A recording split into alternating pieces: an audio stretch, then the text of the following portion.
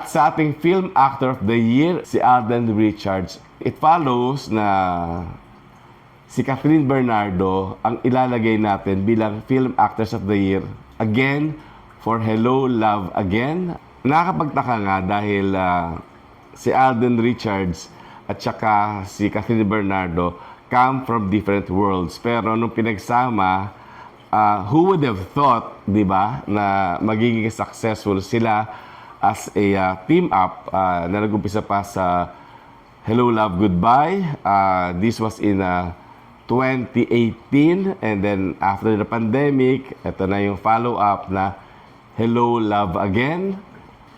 Actually, ito nga ang nakakagulat, yung success ng yung Hello, Love Again and yung previous na Hello, Love, Goodbye, kasi pinagsama nyo ang dalawang malalaking bituin ng dalawang network, si Alden Richards, syempre ng GMA at ng ABS-CBN.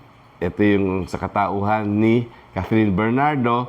Alam naman natin na si Kathryn was so identified real life and syempre on screen with Daniel Padilla.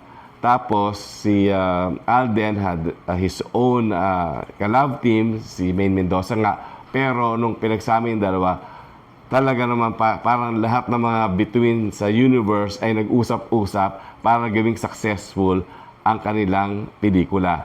At ang follow-up nito, na naging mas malaki pa. Imagine naman hitting 1.1 billion pesos. Mahirap tapatan yan. Again, we have to give it to ABS-CBN Films for coming up with a project like this. At para sa mga fans, I'm sure hindi kayo makapaghintay dun sa magkakaroon ba ng third installment, malay natin. Pero again, yung tandem and chemistry, on-screen chemistry ni Alden at ni Kathryn, talagang hindi mo pwedeng tawaran because wala pang ibang artista nakakagawa ng ganon.